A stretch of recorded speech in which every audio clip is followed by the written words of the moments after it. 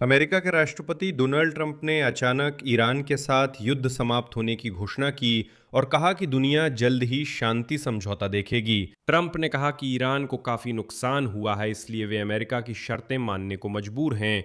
दिलचस्प बात यह है कि शेयर बाजार अचानक सक्रिय हो गया। अमेरिका और यूरोप की बड़ी कंपनियों के शेयर तेजी से बढ़े। विशेषज्ञों के अनुसार निवेशक युद्ध के जल्द खत्म होने की उम्मीद में निवेश कर रहे हैं। और ऊर्जा आपूर्ति में रुकावटें, यानी दुनिया की 20% तेल और अन्य पेट्रोलियम उत्पादों की आपूर्ति बंद होना पिछले तेल संकटों की तुलना में कम गंभीर होंगी। इसके अलावा मंगलवार को शेयर बाजार बंद होते समय पता चला कि कई शेयर अब उस स्तर से ऊपर हैं जो अमेरिका इजराइल द्वारा ईरान के खिलाफ युद्ध शुरू होने से पहले थे। इस एपिसोड में हम ये समझेंगे कि कौन कौन से संकेत मध्य पूर्व में युद्ध के शीघ्र समाप्त होने की ओर इशारा करते हैं। मेरा नाम अलेक्सेई पिच्ची है। आइए इस विषय पर साथ में चर्चा करें। लेकिन इस एपिसोड की शुरुआत करने से पहले मैं आपसे अनुरोध करता हूं कि आप इस चैनल को सब्सक्राइब करें, एपिसोड को लाइक करें और कोई भी अपनी टिप्पणी लिखें। ये इस एपिसोड को यूट्यूब पर आगे बढ़ाने के लिए बहुत जरूरी है। मेरे टेलीग्राम चैनल पिची न्यूज को सब्सक्राइब करें, लिंक वीडियो डिस्क्रिप्शन में है। संयुक्त राज्य अमेरिका के राष्ट्रपति डोनाल्ड ट्रंप ने ईरान शासन के खिलाफ सैन्य अभियान खत्म करने की घोषणा की। फॉक्स न्यूज की पत्रकार मारिया बार्तिरोमा ने बताया, जिन्होंने एक दिन पहले व्हाइट हाउस में डोनाल्ड ट्रंप का इंटरव्यू लिया। उनसे जब पूछा गया कि क्या ईरान में युद्ध खत्म हो गया है, तो अमेरिकी राष्ट्रपति ने कहा कि वो पहले ही खत्म हो चुका है। अब मैं मारिया बार्तिरोमा का उद्धरण दूंगा। मैंने अभी राष्ट्रपति से बात की। उन्होंने अर्थव्यवस्था, ईरान के साथ युद्ध और नाटो पर चर्चा की। मैं उनकी एक बात अलग से उद्धृत करूंगा। मैंने उनसे कहा, आप हमेशा इस युद्ध के बारे में ऐसे बात करते हैं जैसे ये पहले ही खत्म हो चुका है। क्या ये युद्ध सच में खत्म हो गया है? उन्होंने जवाब दिया, हाँ, ये खत्म हो गया है। मैंने अभी अभी राष्ट्रपति को फोन किया। आज शानदार इंटरव्यू था। उन्होंने अर्थव्यवस्था, ईरान के साथ युद्ध और नाटो पर काफी बातें की। एक बात जो मैंने उनसे कही, आप हमेशा युद्ध के बारे में ऐसे बात करते हैं जैसे वह अतीत की बात हो। मैंने पूछा, क्या युद्ध खत्म हो गया है? उन्होंने जवाब दिया कि हाँ, खत्म हो गया है। बाद में पता चला कि ये पत्रकार की चाल थी ताकि इंटरव्यू की ओर ध्यान आकर्षित हो सके, जो बाद में प्रकाशित हुआ। इंटरव्यू में ट्रंप ने नहीं कहा कि ईरान में ऑपरेशन खत्म हो चुका है, बल्कि उन्होंने उद्धरण दिया, मुझे लगता है कि युद्ध अब समाप्ति के करीब है। मेरी नज़र में ये अंत के बहुत करीब है। अगर मैं सब कुछ बंद कर दूं तो देश को फिर से बनाने में 20 साल लगेंगे। हम अभी खत्म नहीं हुए, आगे देखते हैं। बाद में ट्रंप ने कहा कि ईरान के साथ समझौता संभवतः ब्रिटेन के राजा के अमेरिका दौरे से पहले, जो अप्रैल के अंत में है, हो सकता है। ब्रिटिश प्रकाशन स्काई न्यूज ने इस पर लिखा और ट्रंप का बयान भी दिया है, ये पूरी तरह संभव है। ईरान को बहुत बुरी तरह से मारा गया है, इसलिए यह पूरी तरह संभव है। इसके अलावा ट्रंप ने ब्रिटिश नेताओं के साथ संबंधों पर टिप्पणी की। उन्होंने राजा के साथ अपने संबंधों की खूब तारीफ की और ध्यान दें, उन्होंने ये भी जोड़ा कि उन्हें, उद्धरण, प्रधानमंत्री कीर स्टारमर बहुत पसंद हैं। ये अजीब है क्योंकि डोनाल्ड ट्रंप ने कीर स्टारमर का सबसे ज्यादा अपमान किया था जब यूरोपीय लोगों ने उसे मध्य पूर्व युद्ध में मदद से इनकार किया।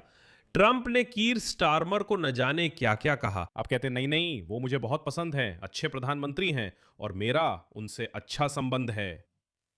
लेकिन आगे अमेरिकी राष्ट्रपति से ब्रिटेन के साथ विशेष संबंधों की स्थिति के बारे में पूछा गया, क्योंकि वे सच में हमेशा खास रहे हैं। फिर ट्रंप अचानक अपनी बात बदलते हैं और कहते हैं, कौन सा रिश्ता, किस बारे में बात कर रहे हैं? मैं एक उदाहरण पेश करता हूं। हमारे रिश्ते कैसे विकसित हो रहे हैं? ये ऐसे रिश्ते हैं, जब हमने उनसे मदद मांगी तो वे नहीं थे, जब हमें उनकी जरूरत थी वे नहीं थे, जब हमें उनकी जरूरत नहीं थी तब भी वे नहीं थे, और वे अब भी नहीं हैं। फिर भी 21 अप्रैल को अमेरिका और ईरान के बीच युद्ध विराम की अवधि समाप्त हो जाएगी और अब पाकिस्तानी मध्यस्थ सक्रिय रूप से समझौता कराने की कोशिश कर रहे हैं। अमेरिकी अधिकारियों ने कहा है कि युद्ध समाप्ति के लिए रूपरेखा समझौता लगभग तैयार है और 21 अप्रैल से पहले इसे निश्चित रूप से हस्ताक्षरित कर लिया जाएगा। इसके बाद इसे तकनीकी रूप से युद्ध समाप्ति समझौते में बदलना बाकी रहेगा। लेकिन लगता है कि शेयर बाजार युद्ध के जल्दी खत्म होने पर सबसे ज्यादा विश्वास करता है। S&P सूचकांक उतार चढ़ाव के बाद फिर वहीं लौट आया है। युद्ध के कारण बिकवाली के बाद शेयर बाजार सूचकांक फिर संभला है और उम्मीद से बेहतर प्रदर्शन किया है। ये वो क्षण है जब स्क्रीन पर एक साथ निवेशकों का उत्साह दिखाई देता है, जो इतिहास के सबसे बड़े ऊर्जा संकट, बढ़ती महंगाई और आर्थिक विकास में मंदी की चेतावनियों के साथ आता है। निवेशक अभी इस बात पर दांव लगा रहे हैं कि युद्ध जल्द ही खत्म हो जाएगा और ऊर्जा आपूर्ति में रुकावटें पिछले तेल संकटों की तुलना में कम गंभीर होंगी। उनका मानना है कि अब सब कुछ फिर से सामान्य हो जाएगा। और जब अमेरिका और ईरान के बीच पर्दे के पीछे बातचीत चल रही है, मंगलवार को S&P 500 सूचकांक 1.2% की बढ़त के साथ बंद हुआ। और ये ध्यान दें, अपने 27 जनवरी को हासिल किए गए रिकॉर्ड उच्चतम स्तर से सिर्फ 0.2% कम है। यानी एक बार फिर S&P असल में लगभग रिकॉर्ड के करीब पहुंच गया है। ऐसा नहीं है कि वो गिर रहा है, वो सिर्फ बढ़ ही नहीं रहा बल्कि रिकॉर्ड के करीब पहुंच रहा है। टेक्नोलॉजी पर केंद्रित नैस्डैक इंडेक्स लगभग 2% बढ़ गया है और ये अपने पिछले साल के ऐतिहासिक उच्चतम स्तर से लगभग 1% नीचे है। युद्ध की शुरुआत में तेल की कीमतें जितनी थीं अब उससे कम हो गई हैं।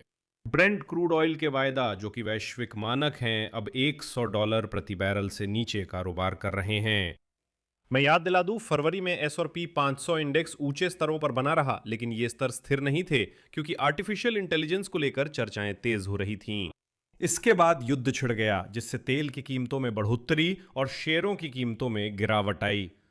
मार्च के अंत तक S&P 500 इंडेक्स अपने ऐतिहासिक उच्चतम स्तर से 7% गिर गया था और उच्च तकनीकी नैस्डैक इंडेक्स तथाकथित करेक्शन जोन में आ गया, जिसका मतलब है कि ये अपने पिछले उच्चतम स्तर से कम 10% गिर गया। यानी युद्ध के चरम पर S&P 500 इंडेक्स और नैस्डैक इंडेक्स के शेयर सच में सब गिर गए थे। अब हालात की तुलना पिछले साल की घटनाओं से हो रही है। तब ट्रंप द्वारा शुल्क लगाने के कारण अप्रैल में बड़े पैमाने पर बिकवाली हुई थी, जिसके बाद राष्ट्रपति ट्रंप ने इस नीति को रद्द कर दिया था, जिसे टाको के नाम से ज्यादा जाना जाता है। और उसके बाद शेयर फिर से बढ़ गए थे और अब कहा जा रहा है कि अभी भी लगभग वही स्थिति देखी जा रही है। सोमवार 13 अप्रैल को शेयर युद्ध से पहले के स्तर पर लौट आए और अब उससे ऊपर ट्रेड हो रहे हैं। निवेश दिग्गज ब्लैकरॉक ने बहुत ही सरल और संक्षिप्त तरीके से लिखा, उद्धरण: अगर युद्ध की शुरुआत में हमने निवेश के लिए सतर्क रहने की सलाह दी थी, तो अब खरीदारी के मौके नजर आ रहे हैं। भू राजनीतिक झटके ने विकास की गति को कमजोर नहीं किया।